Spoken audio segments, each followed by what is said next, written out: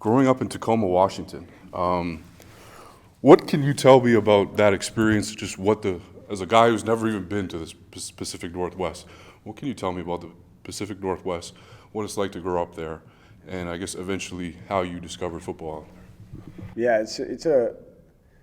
it's interesting growing up in the Northwest. You get a lot of rain. Football wasn't a big deal growing up.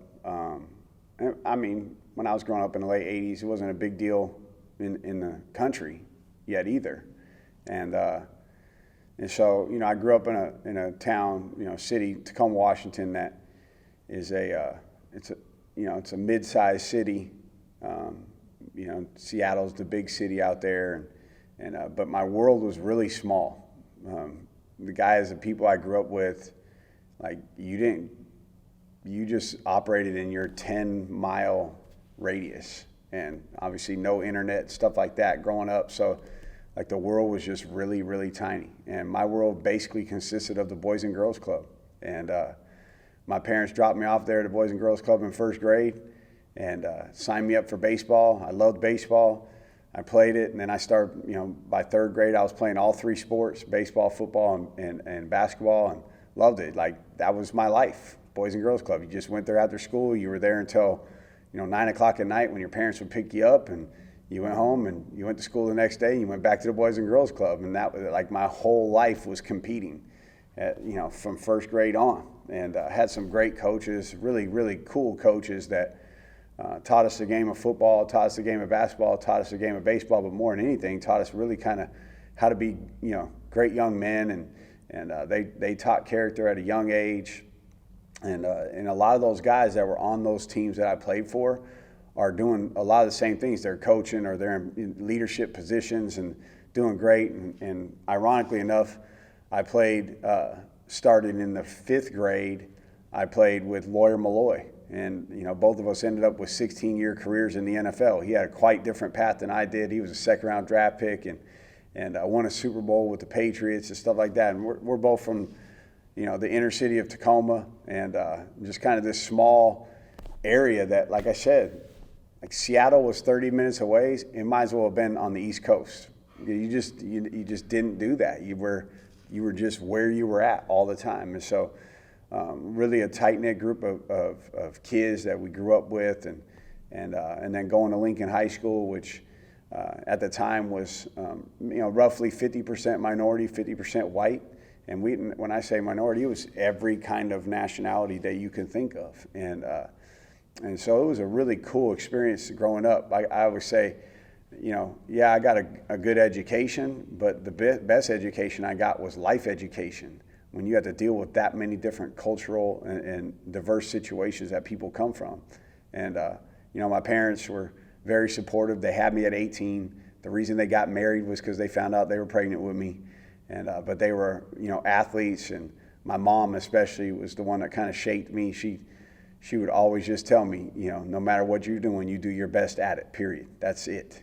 There is nothing less than that. And I can always tell when she was mad at me. John Kelly, she called me by my middle name. So anytime she had my middle name, I knew I was in trouble, and I didn't do what I was supposed to do in whatever it was. But sports was always a part of my life. Awesome. Is there a particular moment that you recall where you fell in love with football? Yeah, that's an interesting question. So I hated football growing up, to be honest. So my best friends played. I was undersized from, all the way until ninth grade. I was undersized. I was 5'2" in the eighth grade. Graduated eighth grade at 5'2", less than 100 pounds. And so I actually had to play. When I was in fifth grade, I was playing for the fourth grade team. When I was in sixth grade, I was playing down. Most kids play up. I played down. My best friend at the time, though, in fifth grade, sixth grade, he's 6'3", with a goatee, dunking, running, 50 seconds in the 400. He was just this freakish athlete. And so, I didn't really like football, but I played it because I could be with my buddies. And if I wasn't going to play football, I was going to miss out. Like, what was I going to do? And I didn't want to hang around my house. My parents would put me to work. So, you had to play football, and it was just something you did. But I didn't like it. Matter of fact, I remember my first practice. I go to my first practice, and they're doing a modified Oklahoma drill, and I got to go up and I got to go hit this kid. And I hit him, and I remember going up to the coach afterwards. You know, I'm in 5th grade. Coach, what position do I have to play to not hit somebody? And he says, quarterback. And I'm like, that's what I want to play. He's like, great, because you're on our baseball team. We were hoping you could play quarterback. You know, we need somebody who could throw it. So, like, I immediately started playing quarterback right away. And but all through high school, didn't really like it. I was handing the ball off to Lawyer Milloy. We didn't really throw the ball. I mean, it was, you know, we might throw the ball 6 or 7 times a game. It wasn't very fun. It was just handing the ball off.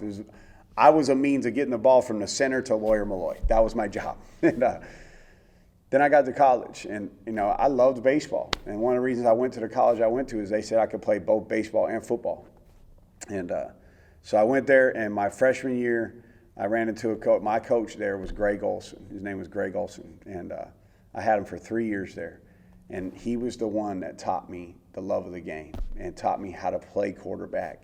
And he grinded me like crazy, and just doing the fundamental stuff and learning how to compete and learning how to lead your teammates and learning how to study a defense and stuff like that. So then I fell in love with it and gave up baseball and said, I want to go on with this football thing, and loved it. I had him for 3 years, and ironically enough, Greg Olson is the offensive coordinator for the Raiders now. He's been in the NFL for probably 20 years now, coordinating and being a quarterback coach. And so I was just very fortunate to have him, because without him, I don't think I would have had the same love for football. And that kind of, you know, when I think of a coach who instilled that in me, that's what I'm trying to do with these young men that I have out here, which is, you know, more than likely you're not going to play in college.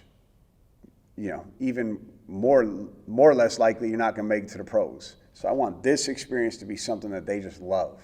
And they just love football and love coming to practice and love learning. And that's what Greg Olson did for me. So it was my freshman year.